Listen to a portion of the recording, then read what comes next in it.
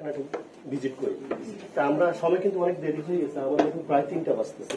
আমি একটু শুরু করি তাহলে, কথা না বাড়ি শুরু করি না। আচ্ছা, আমার নাম হচ্ছে মোহাম্মদ হাসান, আমি ডেপুটি চিফ কেমিস্ট, আমি ল্যাবরেটরিতে আছি, আমি ল্যাবের দায়িত্বে আছি, কোয়ালিটি কন্ট্রোল ডিপার্টমেন্টের দায়িত্বে আছি। তাই আমরা একটু ভূমিকা নেব, সেটা হলো আমাদের এখানে এটা হলো টিএসপি ফার্টিলাইজার, এটা তো ফসফেটিক ফার্টিলাইজার, বাংলাদেশে একমাত্র ফসফেটিক ফার্টিলাইজার। আমরা 3 ধরনের সার ব্যবহার করি জমিতে, টিএসপি সার, ইউরিয়া সার, এমওপি সার। মানে ফসফেট সার আমরা 2টা ব্যবহার করি, টিএসপি এবং ডিএপি, ডাইঅ্যামোনিয়াম ফসফেট। আর আমরা টিএসপি সার ব্যবহার করি, ইউরিয়া ব্যবহার করি এবং আমরা এমওপি ব্যবহার করি। এই 3 ধরনের সার আমরা ব্যবহার করি। তা আমাদের এই কারখানা গোড়াপতন 1974 সালে। আমার 74 সালে এই কারখানায় কমার্শিয়াল প্রোডাকশন শুরু হয়, সেই থেকে অদ্যাবধি এই কারখানা চালু আছে। আচ্ছা, এখনই দিয়ে দেন। এটা স্টুডেন্টরা, মেয়েরাও নিবে, ছেলেরাও নিবে, এগুলো আমাদের ব্রুশিয়া। আচ্ছা, একটু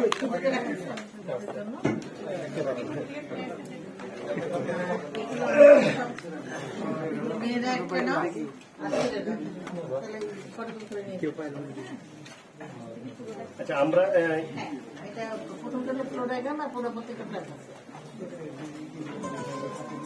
গাছের জন্য, প্লান্টের জন্য 4টা খাদ্য উপাদান দরকার।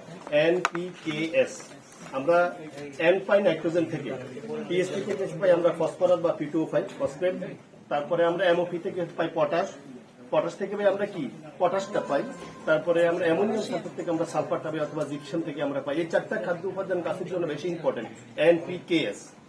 ঠিক আছে, আমরা টিএসপি সার আমাদের কারখানা থেকে আমরা যে সারটা তৈরি করি সেটা হলো TSP fertiliser, triple super phosphate. ঠিক আছে, এটা দেশের চাহিদা হলো 7 থেকে 7.5 লক্ষ মেট্রিক টন। আমাদের কারখানার বর্তমান ক্যাপাসিটি 1,20,000 মেট্রিক টন। আর বাকিটা আমরা বিদেশ থেকে আমদানি করে দেশের চাহিদা পূরণ করি। আমাদের ইউরিয়া সারের আমাদের দেশব্যাপী চাহিদা হলো প্রায় 25 থেকে 28 লক্ষ মেট্রিক টন। আমাদের কারখানাগুলোর ক্যাপাসিটি এখন আছে প্রায় 10 থেকে 12 লক্ষ টন, বাকিটা আমরা বাইরে থেকে আমদানি করি। এমওপি সার আমরা টোটালি বাইরে থেকে আমদানি করি, আমাদের 3.5 লক্ষ থেকে 4 লক্ষ মেট্রিক টন চাহিদা, এটা আমরা পুরোটাই বাইরে থেকে আমদানি করি। ডিএপি 5 লক্ষ মেট্রিক টন চাহিদা, আমাদের এখানে 2 লক্ষ টন যদি তৈরি হয়, বাকি 3 লক্ষ টন আমরা বাইরে থেকে আমদানি করি। এই হলো মোটামুটি আমাদের সারের বিষয়। আমরা টিএসপি সার কারখানায় আমরা আমাদের যে 1,20,000 মেট্রিক টন ক্যাপাসিটি, আমরা এখন প্রতি বছর 1 লক্ষ টন বানাই, এটাই আমাদের সরকারি মানে আমাদেরকে টার্গেট দিয়ে থাকে আর কি। তো আমাদের এখানে 2 ধরনের প্রোডাক্ট আছে, আমাদের 3 ধরনের product, main product, intermediate product, by product. আমাকে একটু জায়গা দিলে আমি শুধু লিখে যাবো, খুব অল্প সময় বুঝতে শেষ করবো। আমাদের প্রোডাক্ট হলো 1 নম্বরের মেইন প্রোডাক্ট। আমি সংক্ষেপে একটি মেইন প্রোডাক্ট হলো আমাদের টিএসপি। আমাদের 2 নম্বরের ইন্টারমিডিয়েট প্রোডাক্ট।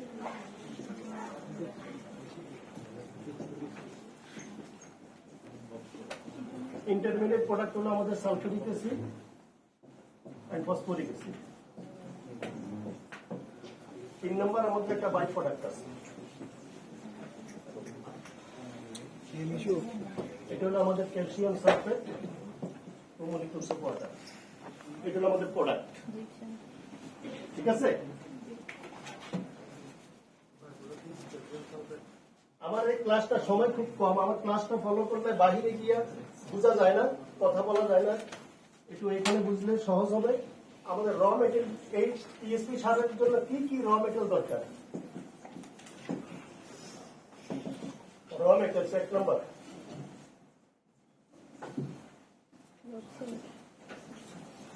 রক সালফার,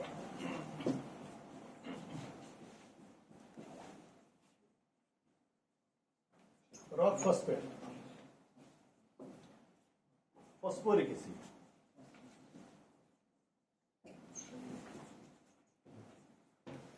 এই 3টি হলো আমাদের কাঁচামাল।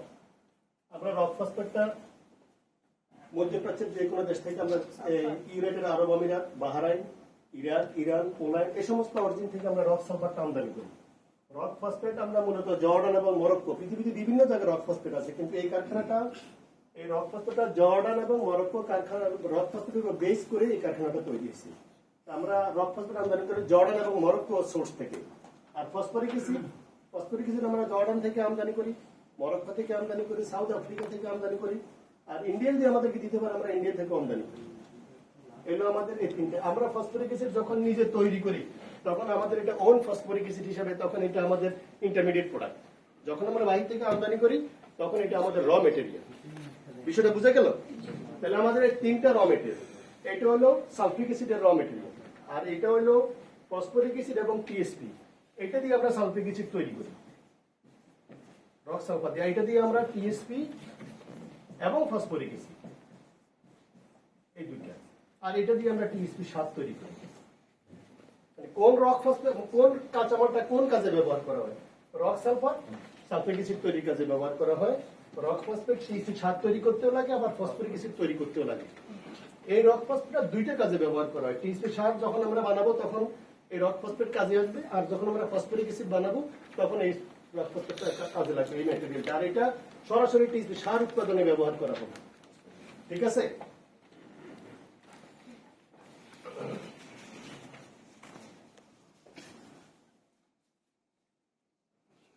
আমরা ভাবছিলাম খাওয়ার আগে আমরা অন্তত ব্রিফিংটা করে ফেলবো, কিন্তু এখন সময় তো দেখি আমি অনেক শর্ট হয়ে গেছে।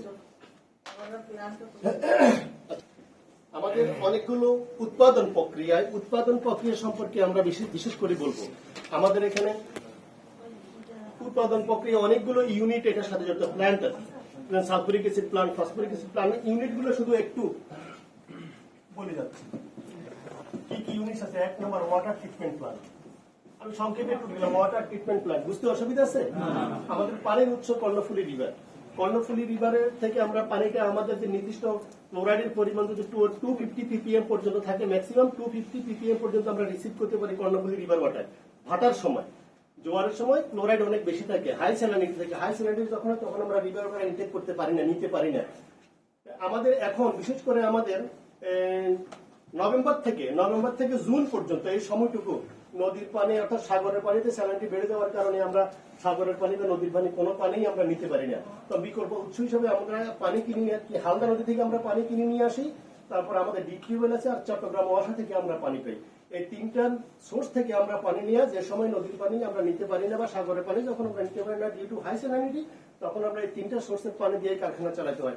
আমার সব ধরনের র মেটেরিয়াল আমার কারখানায় পর্যাপ্ত পরিমাণে। যদি কারখানায় ডিজাইন মতো যদি পানি না থাকে, যদি সুইট ওয়াটার না থাকে, তাহলে কারখানা চালানো যাবে না। এই জন্য আমাদের সুইট ওয়াটার অর্থাৎ আমাদের যে 250 ppm এই ppm ক্লোরাইড আমাদের মেনটেন করা লাগবে। ঠিক আছে? তো এই পানিটাকে নিয়ে আমরা, আমাদের নিজস্ব ওয়াটার ট্রিটমেন্ট আছে, আমরা ওয়াটার ট্রিটমেন্টে এই পানিটাকে আমরা পরিশোধন করি।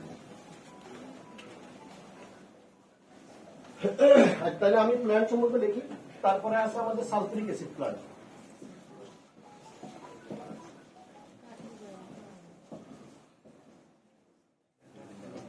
Water treatment plant, sulfuric acid plant, then phosphoric acid plant.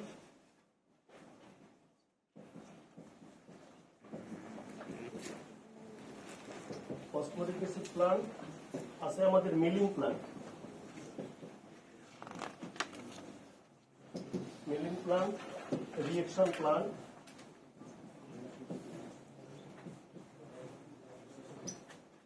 আছে আমাদের গ্রানুলেশন প্ল্যান্ট।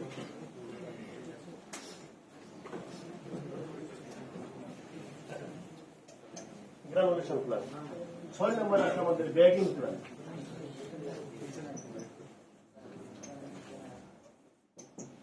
বুঝা গেল কি প্ল্যান্ট গুলো? এই কয়টা প্ল্যান্ট আমাদের উৎপাদন প্রক্রিয়ায় জড়িত। আচ্ছা, আমরা প্রথম বলছি আমরা পানিটাকে কি করি? পানিটা কিন্তু আমরা নদী থেকে নিই, যেখান থেকে নিয়ে পানিটা থাকে অপরিশোধিত, আমরা পানিটাকে পরিশোধন করি। পানি পরিশোধন করতে আমাদের এখানে অ্যালুমিনিয়াম সালফেট লাগে, সোডিয়াম হাইড্রোক্সাইড লাগে, পলি ইলেকট্রোলাইট লাগে। পলি ইলেকট্রোলাইট আমরা ব্যবহার করে পানিটাকে আমরা পরিশোধন করি। এই পানিটাকে আমরা খাওয়ার উপযোগী, ব্যবহার উপযোগী করি। আরেকটা পোর্শন পানিকে, খাওয়ার উপযোগী পানিকে আমরা আবার আয়ন এক্সচেঞ্জ করি। যেহেতু আমরা, আমাদের এখানে বয়লার আছে, বয়লার দেওয়ার জন্য আমরা পানিকে আয়ন এক্সচেঞ্জ করি। আয়ন এক্সচেঞ্জ করার জন্য আমাদের এখানে ক্যাটায়ন এবং অ্যানায়ন, ওয়াটার ট্রিটমেন্টে ক্যাটায়ন এবং অ্যানায়ন রেজিনের মাধ্যমে, ক্যাটায়নের মাধ্যমে আমরা ক্যাটায়নগুলো রিমুভ করি, আর অ্যানায়ন রেজিনের সাথে আমরা অ্যানায়নগুলো রিমুভ করে টোটাল পানিটাকে আমরা ডিআয়োনাইজ করে ফেলি। এটাকে আমরা আমাদের এখানে ডিমিনারেলাইজ ওয়াটার অথবা ডেমি ওয়াটার বলি আমরা। এই পানিটা বয়লারে যখন আমরা ব্যবহার করি তখন বয়লারের লাইফটা বেশি দিন থাকে। আর যদি এই ডেমি ওয়াটার ব্যবহার না করি তাহলে পানির ভিতরে যে অপদ্রব্য আছে, পানির ভিতরে যে বিভিন্ন ধরনের সল্ট আছে, এই সল্টের কারণে বয়লারের টিউবগুলো ক্ষতিগ্রস্ত হয়, বয়লারের টিউবগুলো কি হয়, স্কেল ফর্মেশন হয়, সেগুলো করোশন হয়।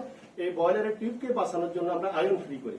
এই আয়ন ফ্রি করার জন্য আমাদের এখানে নিজস্ব ডিআয়োনাইজ ইউনিট আমাদের আছে, সেখানে আমরা পানির আয়নাইজকে মুক্ত করি ক্যাটায়ন এবং অ্যানায়ন রেজিনের মাধ্যমে।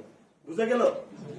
এরপরে আমরা sulphuric acid plant, sulphuric acid প্লান্টে আমরা প্রথমে সালফারকে আমরা মেল্টিং করি গলাই। আমাদের এখানে ঢুকতে দেখে একটা বড় মেল্টার আছে, মেল্টারে আমরা সালফারটাকে গলাই আমরা সালফারটাকে পোড়াইয়ে আমরা এটার সাথে এয়ার যোগ করি, ড্রাই এয়ার যোগ করলে কি হয়, সালফার ডাইঅক্সাইড হয়।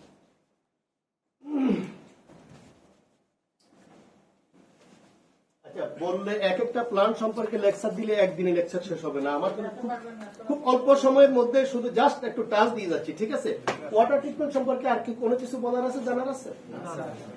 জানার অনেক কিছুই আছে। এখন হয়তো এত কথা তো বলতে পারবো না, সময়টা নাই। আমি সবগুলো প্লান্ট সম্পর্কে একটু বলতে চাই, অল্প একটু করে বলতে চাই। আমাদের সালফিউরিক অ্যাসিড প্লান্ট, আমি সালফারটাকে প্রথমে মেল্টিং করবো। আমরা আমদানি করি কিন্তু রক সালফার, এই যে এটা হলো রক সালফার। আমি সাথে সাথে জিনিস দেখা দিচ্ছি সবাই দেখার জন্য।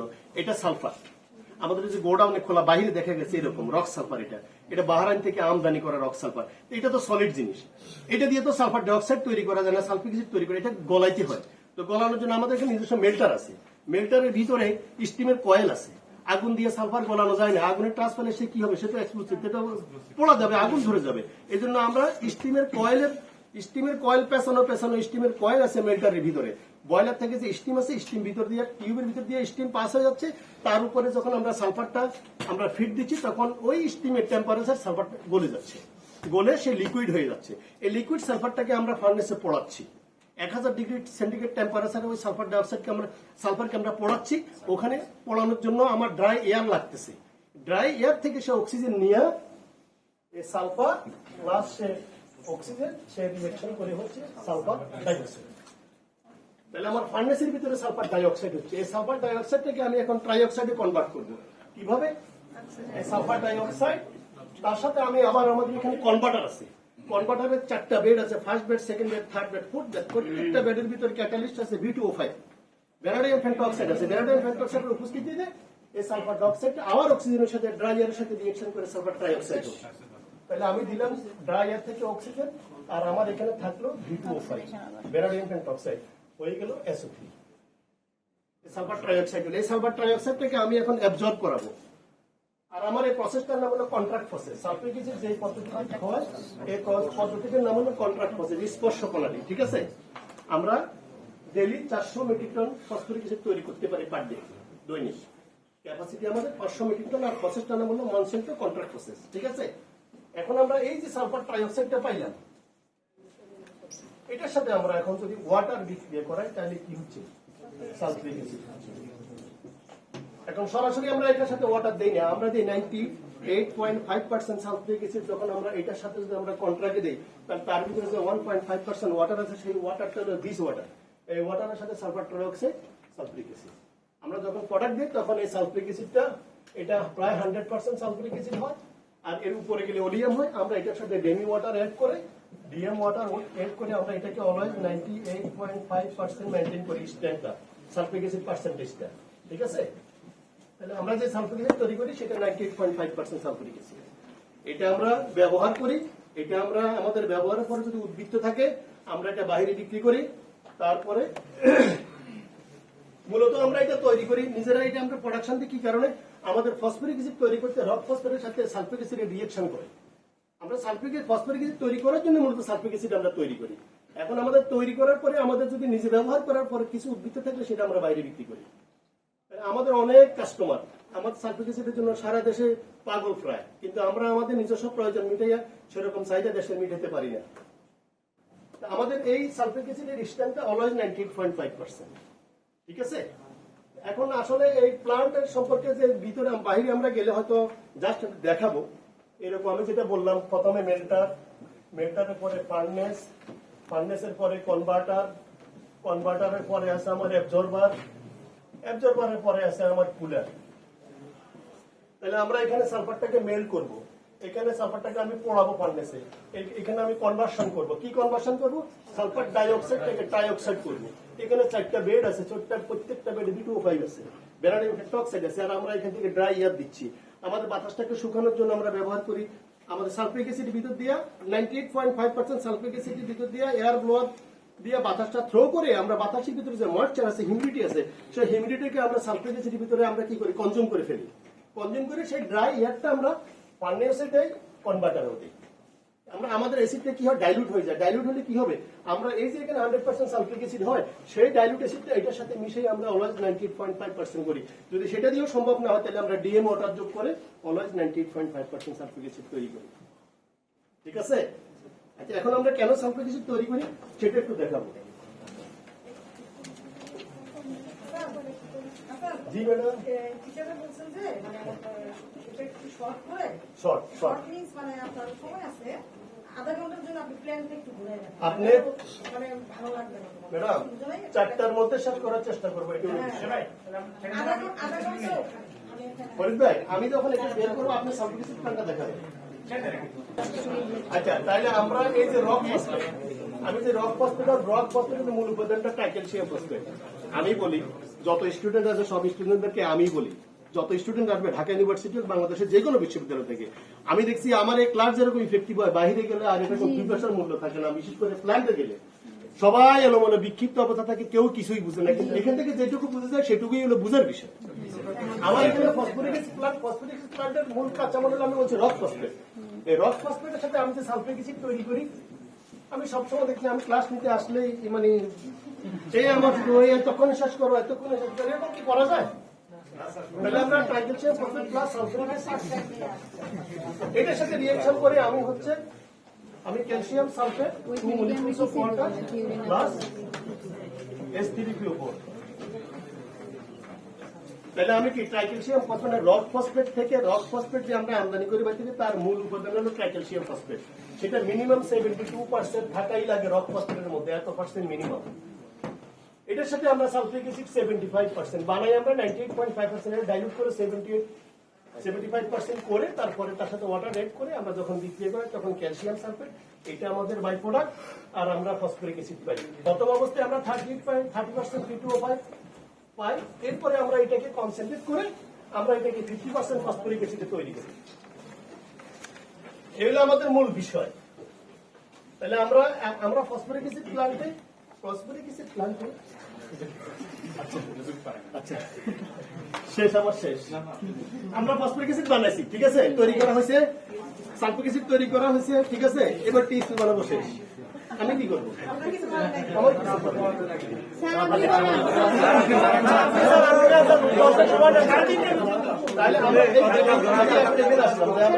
আমরা মিলিং প্ল্যান্টে কি করি, আমাদের যে রক ফসফেট আছে, এই যে রক ফসফেট, এটা জর্ডান মরক্কো থেকে আনা রক ফসফেট। আমরা এটা যে অবস্থা আছে এই অবস্থা আমরা ব্যবহার করতে পারি, এটাকে আমরা মিলিং করি। মানে আমরা 200 ম্যাশ 80% পাস, এইরকম একটা বিহেভিয়ার আমরা রক ফসফেটটাকে করে, অর্থাৎ এটাকে আমরা এই যে গ্রাউন্ড রক ফসফেট বলি, আমরা এই যে গ্রাউন্ড রক ফসফেট, এটাকে মিলিং এর পরে এইরকম হচ্ছে, এই রক ফসফেটটাকে আমরা রিঅ্যাকশন করাই।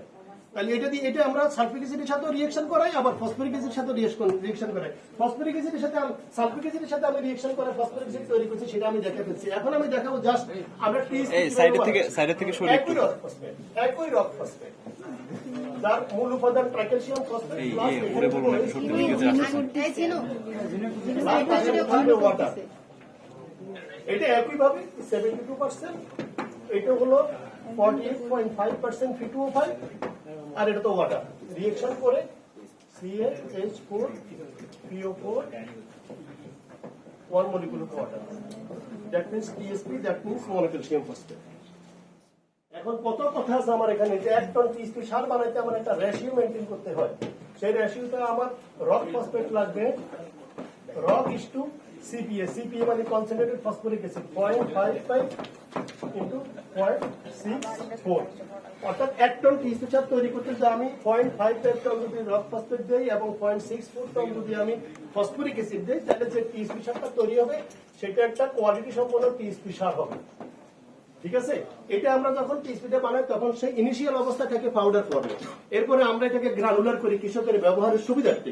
পাউডার সার বাতাসে উড়ে একজনের সার আরেকজনের জমিতে চলে যায়, যার কারণে সেই লসটুকু যেন না হয় সেই জন্য আমরা এটাকে গ্রানুলার করি। গ্রানুলার করে আমরা এটাকে 50 কেজি বস্তায় কৃষকের কাছে বিক্রি করি। আমরা তাহলে কিরকম আমরা সার তৈরি করলাম, এই সারটা ইনিশিয়াল অবস্থা পাউডার থেকে আমরা দেন এটাকে গ্রানুলার করে ড্রায়ারে শুকাইয়া আমরা এটাকে ফাইনাল প্রোডাক্ট হিসাবে বিক্রি করছি। আমার ফাইনাল প্রোডাক্টের বিহেভিয়ারটা কিরকম শুধু সেটুকু একটু বলি। ফাইনাল টিএসপি এইটুকু দেখি না গেলে তার হইল না। তাহলে আমরা প্রথমে দেখি যে এটার ময়েশ্চারটা কত আছে। ময়েশ্চারটা 5% ম্যাক্সিমাম।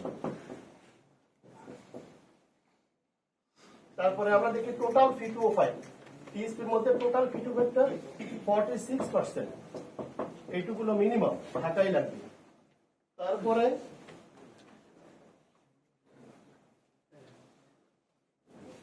আমি এরকম জানলে খাইতেই যেতাম না, আগে এটা শেষ করে তারপর না হয় খাইতাম।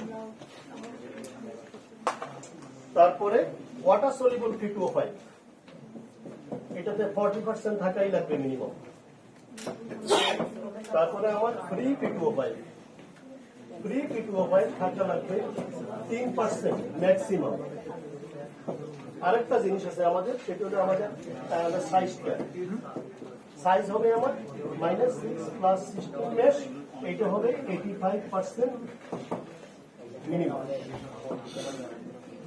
এটুকু হলো সারের কোয়ালিটি, ফাইনাল প্রোডাক্টের quality. Moisture 5% maximum, total P2O5 46, water soluble 40%, free P2O5 থাকবে 3%, সাইজ থাকবে -6 + 16, 85% মিনিমাম। এটা হলো ফাইনাল প্রোডাক্টের বিহেভিয়ার। মাঝখানে আমি হাঁড়ি কাটা দিয়ে সব ফেলে দিয়ে চলে আসছি, ফাইনাল প্রোডাক্টে চলে আসছি। আমার সময় এখন মাত্র 10 মিনিট সময় আছে। কি বলবো 10 মিনিটে বলো?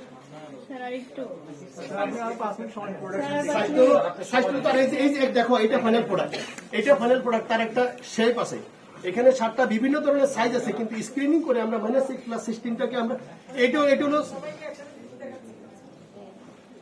হলো তার ফাইনাল প্রোডাক্ট। এই ফাইনাল প্রোডাক্ট একটা শেপ আছে, একটা সাইজ আছে। এর সাইজটা হলো -6 + 16 মেশ। এটা হলো মেথডটা, যে চালনির মধ্যে 1 ইঞ্চির ভিতরে 6টা ছিদ্র থাকবে সেটা হলো 6 মেশ, আর যদি 16টা ছিদ্র থাকে সেটা হলো 16 মেশ।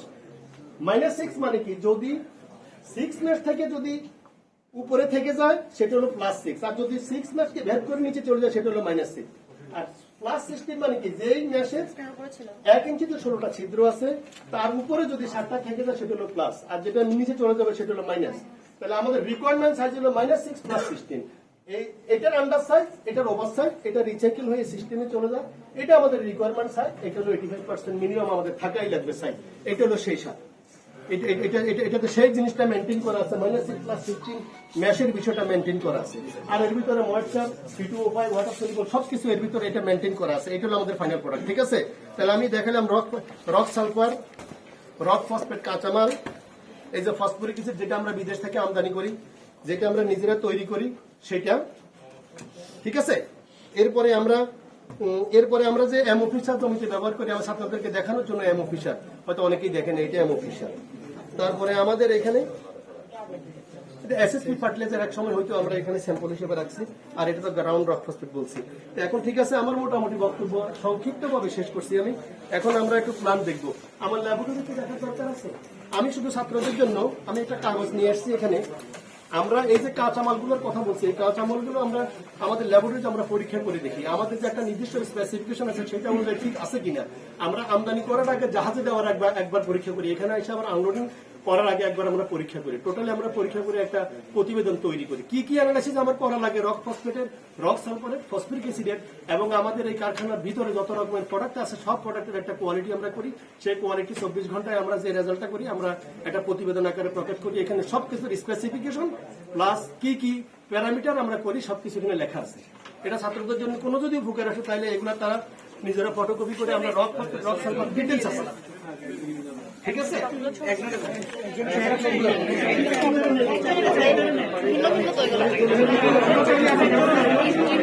নিয়ে নেই।